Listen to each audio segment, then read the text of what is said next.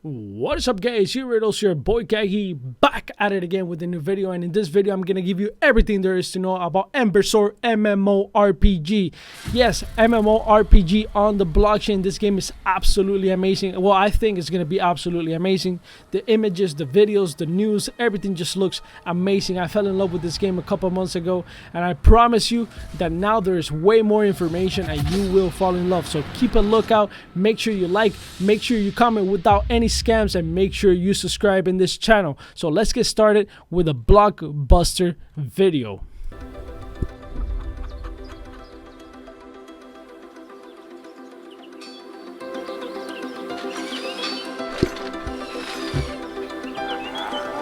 Beautiful, man, beautiful.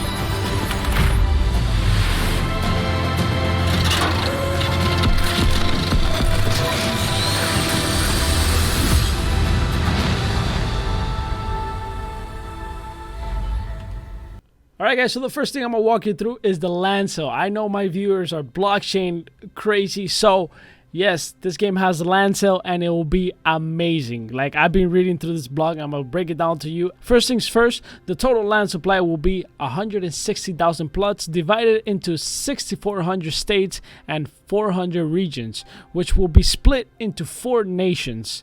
Land sale in Ember is made up of plots and will be divided into 3 sizes. You got the plot, you got the state, and you got the regions. Plots are 1 by 1, then you got the state 5 by 5, and then you got the regions 20 by 20. Each piece of land comes with perks. As you go up in size, you get additional benefits such as guaranteed special titles, better chances of getting a rare title, better revenue from your land, and even a nifty title.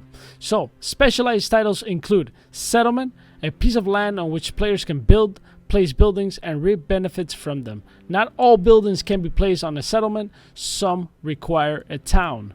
Town, larger than settlements. You can build or place any type of building on these.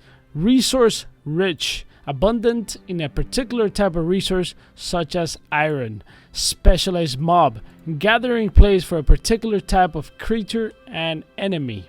Wow. Alright, so something very important that they mentioned in this Q&A is that land plots will be the same price, meaning that everybody will buy land plots at the same price, but you will not know which land plots you're gonna get. There are different chances of getting different types of land plots, and that way you make it fair. Everybody gets the same price, and everybody has basically the same chances of getting different land plots. So I like that a lot, actually. And let me play this clip real quick from the actual executive producer, Lauren, and let's go. So no, you will not know what special trait a piece of land has before you buy it.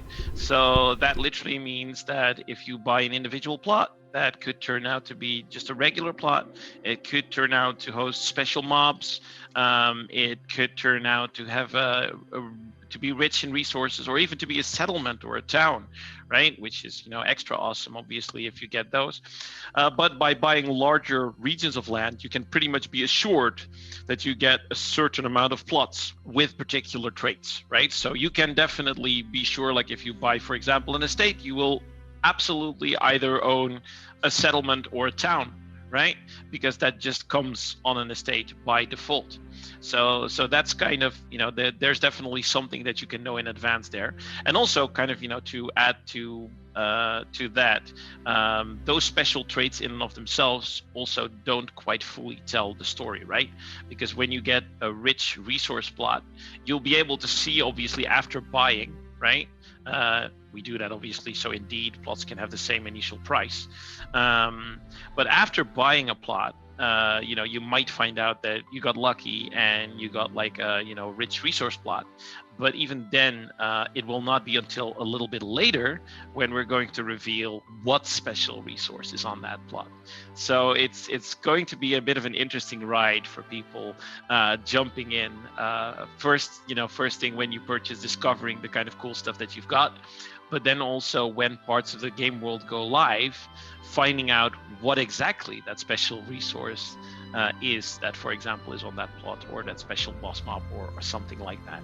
Alright guys, so there you have it. Let me actually walk you through the chances of getting different type of plots depending on what you buy. If you buy one plot, basically you have 1 out of 25 chance to get a settlement plot, 1 out of 400 chance to get a town, 1 out of 25 to get a resource rich plot, 1 out of 25 chance to get a special mob plot, and 1 out of 10 chance of your plot being part of the Heartland region, plus other advantages like collecting your share of the revenues for the state your plot is part of and getting the title of Sir or Lady. That's pretty cool.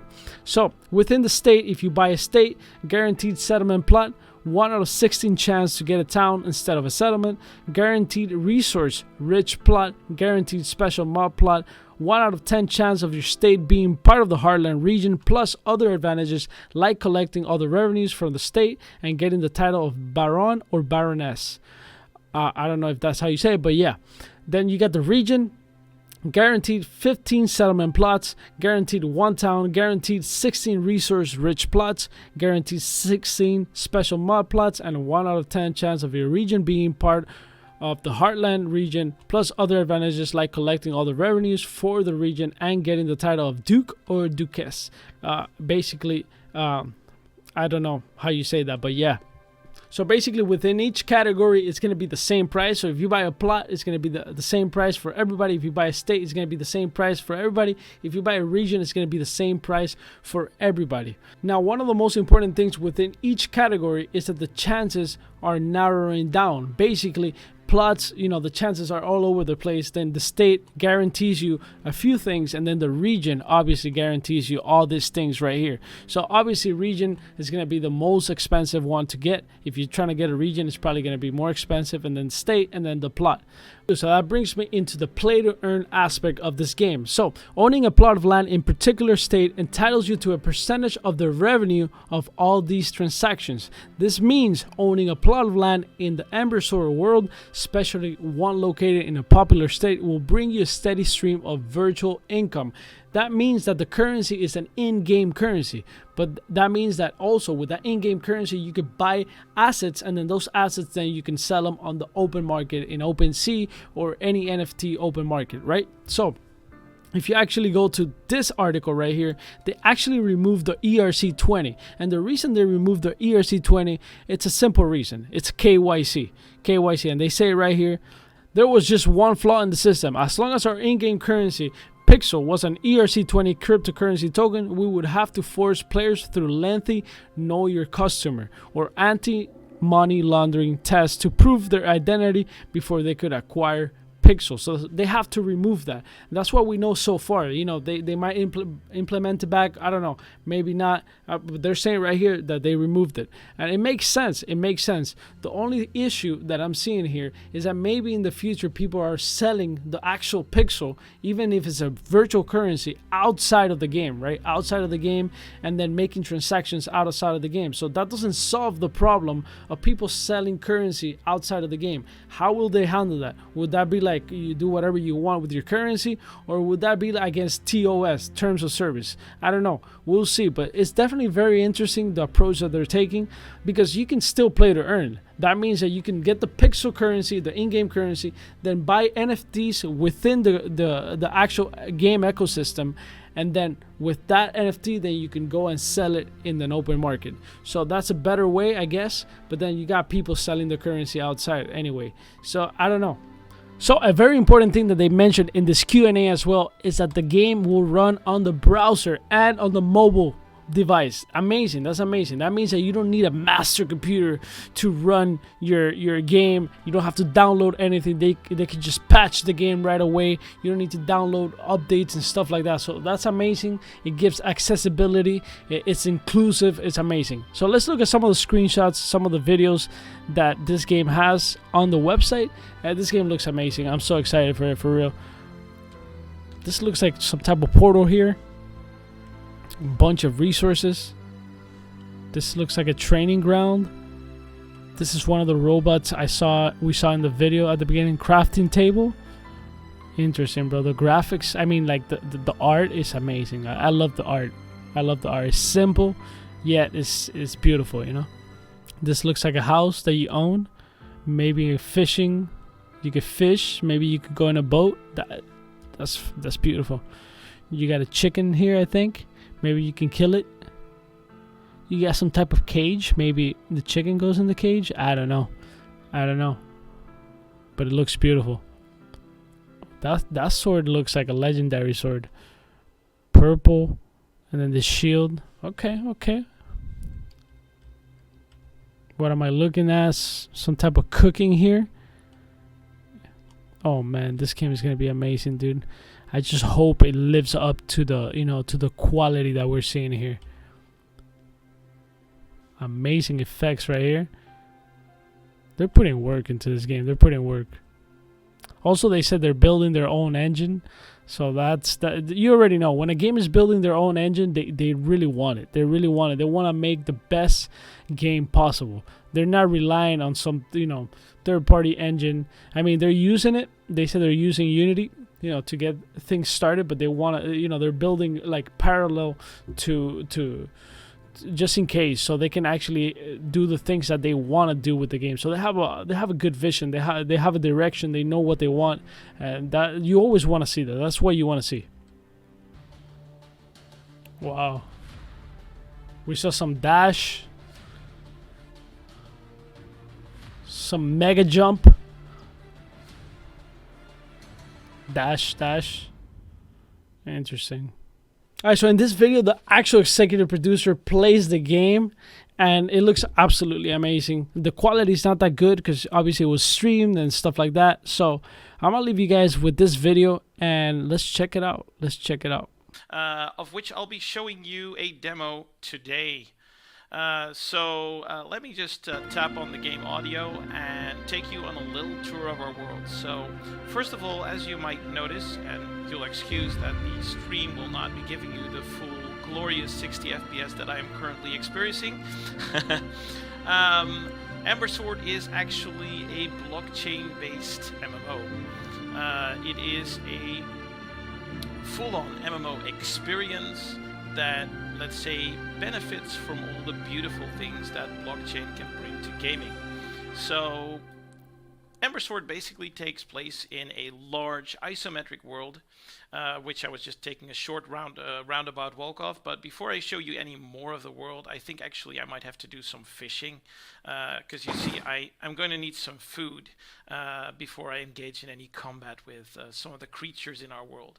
Now, we've landed in Ashfall Forest, an area within Solarwood, which is one of the 4 quarters of our game world. So I'll give you a quick walk around in that, but as we wait for some fish to come in, I would like to tell you a bit more about Ember Sword, obviously. So Ember Sword is a blockchain-based MMO. It is also an MMO that can run straight in your web browser, as well as an independent application. So one of the unique things we're doing with Ember Sword is we're building this isometric game with a rather beautiful art style that will actually open up in a browser window when you get an invite link in about 5 seconds. Now, obviously, as you can imagine, this is a... Oh, sorry. Am I being heard here? Yeah, I see someone smiling, so I am being heard. It's totally fine. Someone is saying that I wasn't being heard. Alright, so I'm just going to engage in a little bit of combat with these creatures here. But basically, Ember Sword is everything you'd expect from like a much more, let's say, high-end MMO that is coming in from an isometric perspective, where you can engage in combat with a wide range. Oh crap! I'm about to die here. Give me just a moment. I'd better eat a little bit. Sorry for all the nom-noms. But yeah, basically, it's an isometric MMO, which you can play, that benefits from blockchain technology, gives you a beautiful experience, and it rests on a couple of baseline principles. So while I'm playing, it's kind of hard to give you the full story. So let me head back to the village for a moment. Um, Basically, Ember Sword lets you do a couple of things that are unique to an MMO. One of them is actually owning a chunk of the world. So in Ember Sword, you can actually own your own chunk of the land, build on it, earn revenue from it, and own basically what is a part of this beautiful world. So you could own this little chunk of Solarwood and decide what buildings to place, maybe place a couple of vendors. Players can talk to said vendors, sell their items to that particular vendor, or indeed buy some items that that vendor is offering. Maybe I shouldn't have sold all my fish after my horrible performance previously fighting these creatures. And then in addition, there is a second big component to it outside of owning land, being able to build on land, being able to earn revenues from land. The other thing we're doing is, although we are not by any means a pay-to-win game, because as you can see, the items that I'm equipping right now, these items themselves are actually not on chain. Right? So this sword that I'm wearing right now is not an on-chain item. However, for all our items, there are cosmetic collectibles that basically allow you to tune the look and feel of your character, have unique dances, have unique pets, have all sorts of awesome things in-game that are actually on the blockchain and freely tradable, obviously in-game, but also outside of the game on marketplaces like OpenSea.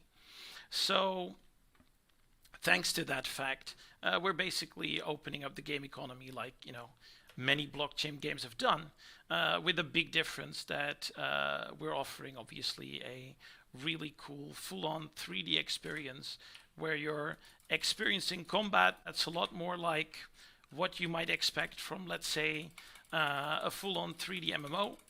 And we're not just talking a small world, just, so that we're looking at the right reference here.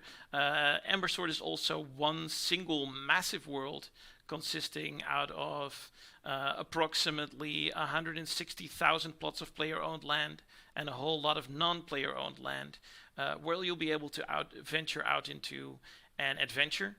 And if you're wondering about the gameplay itself, as you can see, combat is very much a sort of a real-time affair. We're having PvE, PvP, and I just got slain by a mob here. We're having PvE, PvP, and also we have a skill-based system. So basically, you can go out, do whatever you want to do, and get better at doing that one particular thing by just engaging in anything from, let's say, harvesting rocks to increase your mining skill, all the way down to, actually, let me do that now. Hopefully you'll leave me alone, right? I'm now mining some rocks, right? To just using your sword in order to level up in your sword skills. To casting magic or, spells to boost that particular ability.